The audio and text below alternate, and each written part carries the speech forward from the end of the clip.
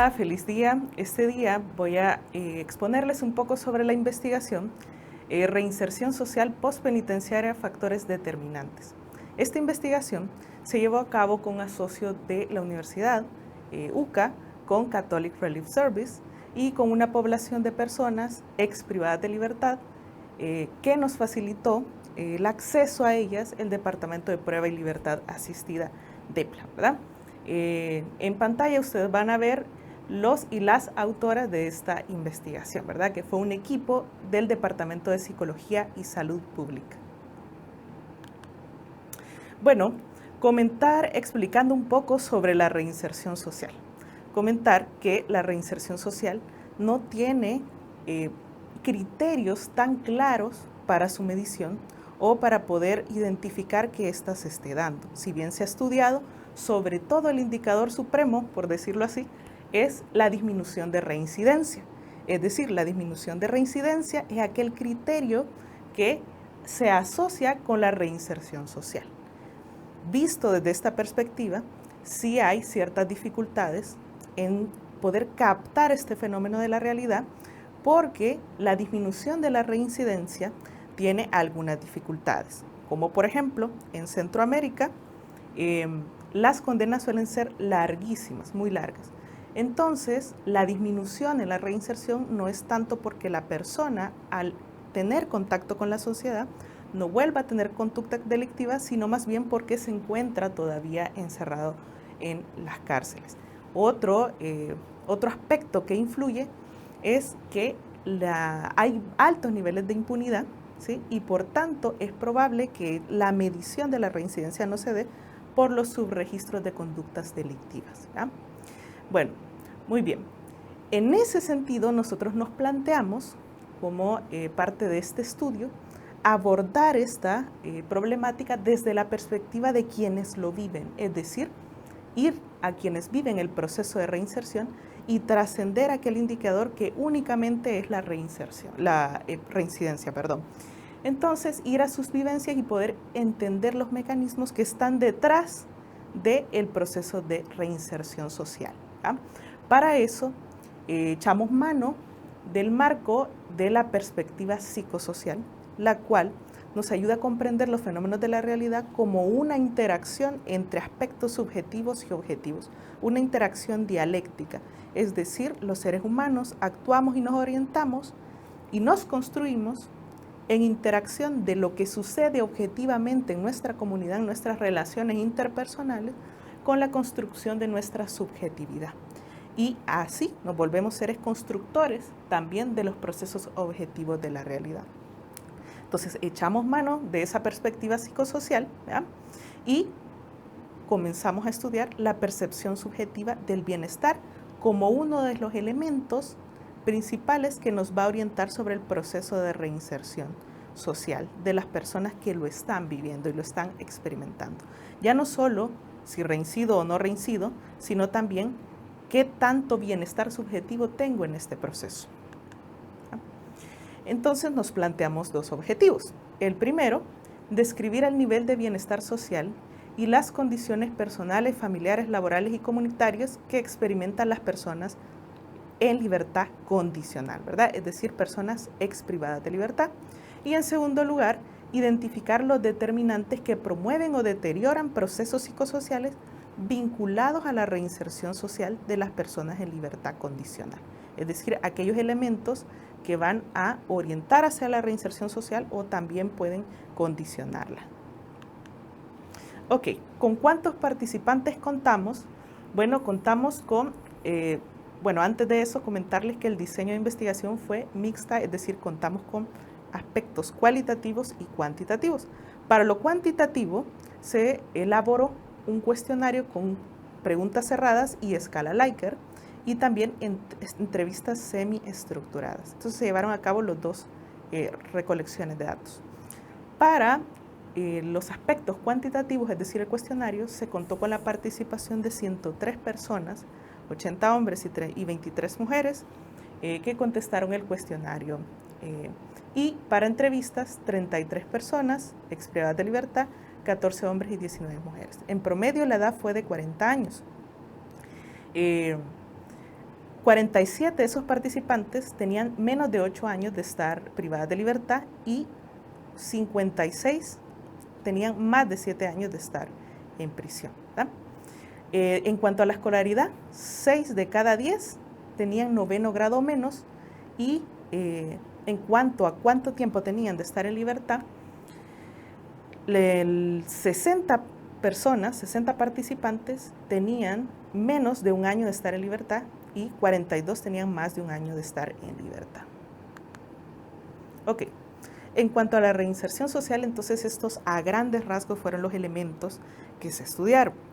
En primer lugar, el bienestar social, que como mencionaba, está vinculado, ¿sí?, a salud mental, por supuesto, y también a la disminución de sentir en la interacción con otros cierto malestar, ¿verdad? Entonces está bienestar social. Luego también estresores sociales se investigaron, que de acuerdo a la literatura está asociado, ¿sí?, a problemas de salud mental y también estructurales sociales como la delincuencia y factores criminógenos en sus diferentes perspectivas, pero sobre todo enfocado en las teorías de los factores criminógenos del desarrollo, ¿verdad? Ya voy a explicar un poquito más de eso. También se exploraron factores comunitarios, factores laborales y factores familiares. Bien, en esta oportunidad voy a explicarles los hallazgos principales, ¿verdad? Porque el estudio fue amplio y hubieron varios hallazgos interesantes, pero en este momento los hallazgos que más llamaron la atención y que fueron significativos en el estudio, ¿no? En cuanto a bienestar social, hemos retomado la escala que se divide en 5 dimensiones, ¿no? Aceptación, coherencia, actualización, integración y contribución, ¿sí? De estas, integración y contribución fueron las que tuvieron los puntajes más altos en una escala, en conversión de escala del 1 al 10. Es decir, el 70% de las personas que contestaron la escala experimenta sentimientos de pertenencia, es decir, integración, ¿verdad? La integración está asociada a los sentimientos de pertenencia, y la contribución, aquella percepción de que lo que yo hago en la sociedad, ¿sí?, contribuye a esta, es decir, soy útil, es útil mi trabajo, es útil mi conducta. 9 de cada 10 señaló sentir que es parte importante de su comunidad y que piensa que lo que hace es importante para la sociedad. Ahora bien, hay 3 dimensiones que se posicionaron o que fueron las menos puntuadas, ¿verdad? Una de estas fue aceptación social, es decir, esta dimensión expresa sentimientos de desconfianza, y en la cita que está ahí, la voy a leer, proyecta un poco de esto. Dice: siento miedo y desconfío de las autoridades, siempre me detienen en la calle, me piden el DUI, me preguntan si tengo problemas con la ley, ¿sí? Esta dimensión de aceptación social en el análisis cualitativo también se identificó que influía en la movilidad, es decir, en la libertad de sentirse que pueden ir a diferentes espacios, ¿verdad? Ese sentir de desconfianza. Luego está coherencia social, ¿verdad?, que también tuvo un puntaje disminuido, y se define como la dificultad para entender lo que sucede a su alrededor, las dinámicas de la sociedad, su organización y funcionamiento, y en este sentido los participantes expresaban no comprender lo que sucede en la sociedad, ¿verdad? Por último está actualización social, que indica tener poca confianza en el proceso de autodeterminación de la sociedad hacia un futuro, del que todos sus miembros puedan beneficiarse. Es decir, sentir confianza en que la sociedad va a un camino, a un futuro mejor, ¿verdad? En este sentido de esperanza hacia el futuro, también los y las participantes puntuaron de forma disminuida. En cuanto a estresores sociales, que también es un elemento, como mencionaba al principio, muy vinculado, ¿ya?, a la salud física, mental y también a aspectos estructurales sociales como la delincuencia, 1 de cada 2 se preocupa por, ¿verdad? Se les preguntaba, de estos aspectos, ¿ustedes por cuál se ha preocupado en los últimos 6 meses? Y los principales fueron no cumplir con las expectativas de mi familia, mi futuro, mi seguridad, mi situación económica, perder el empleo, no contar con empleo, la seguridad económica de mi familia y la situación del país, ¿verdad? Son los grandes grupos, y si nos fijamos, la parte económica es un aspecto que va a pesar bastante, ¿verdad? Ok. Entonces, uno de los participantes decía, uno va a pedir trabajo a las empresas y solicitan antecedentes penales, solvencia y por eso le niegan el trabajo, ¿verdad? Tuve un problema en mi comunidad con un muchacho, se supone que es de la Mara y me anda tildando que yo era de la Mara contraria, es decir, también estrés de la seguridad propia, porque muchos de estos participantes entraron cuando habían ciertas dinámicas en su comunidad y salieron y esas dinámicas se habían modificado, ¿verdad? Así como los roles, incluso jerarquías sociales dentro de su comunidad, ¿verdad? También dice, antes de que me pasara el problema, como que ahí era así sano, o sea, que nunca en su vida iba a oír un disparo, que andaban corriendo porque los andaban persiguiendo la policía. Hoy que regresé, como que eso se terminó, como que es otro lugar, como los demás con violencia con pandilleros, es decir, se encuentran con otros escenarios. Luego tenemos los factores criminógenos y para este tomamos la teoría del triple riesgo delictivo, ¿verdad? Y aquí identificamos tres aspectos principales, ¿verdad? El 40% presenta carencias o déficit en el apoyo prosocial, es decir, 40% identifica que sus amigos, ¿sí?, buscan conductas de riesgo, ¿ya? Es decir, apoyo prosocial, es decir, amistades o vinculaciones cercanas que tengan una orientación prosocial, ¿ya? 4 de cada 10 señala que sus amigos han estado alguna vez en prisión, ¿verdad? Y esto también, al hacer el análisis cualitativo, se puede entender mejor, ¿verdad? Por ejemplo, esta falta de movilidad, ¿ya? Para poder conocer a otras personas y también personas que están en libertad condicional, ¿sí?, son citadas al Departamento de Prueba y Libertad Asistida para diversas actividades, ¿verdad?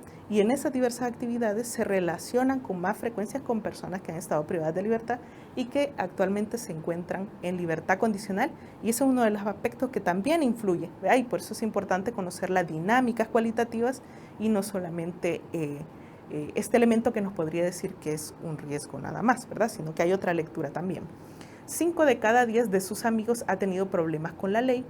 1 de cada 3 ha experimentado ser rechazado o discriminado por las personas, ¿verdad? 1 de cada 3 participantes, ¿sí? Ok. Y en este sentido, las personas han experimentado dificultad para ampliar su red social, ¿verdad? Entre los elementos, el que mencionaba, ¿verdad?, la dificultad de movilizarse y demás, pero también hay un fuerte componente de miedo y vergüenza, ¿verdad? Miedo a exponerse ante otros, ¿verdad? Un miedo muy latente de volver a ser privado o privada de libertad, y también vergüenza de que las nuevas redes, ¿sí?, o los nuevos contactos o vínculos perciban de ellos y ellas, ¿ya?, o se den cuenta de su historia en la privación de libertad, ¿verdad? Ok. Bueno, entonces teníamos las carencias o déficit de apoyo prosocial, el riesgo de tipo personal, es decir, las conductas de riesgo se vieron reflejadas en menor medida, es decir, ellos reportaban tener conductas de riesgo en menor medida, ¿verdad? Y la mayoría expresaba tener un fuerte temor a volverse privados de libertad. Y luego la exposición individual a oportunidades delictivas, ¿sí? Estas también estaban disminuidas, ¿sí?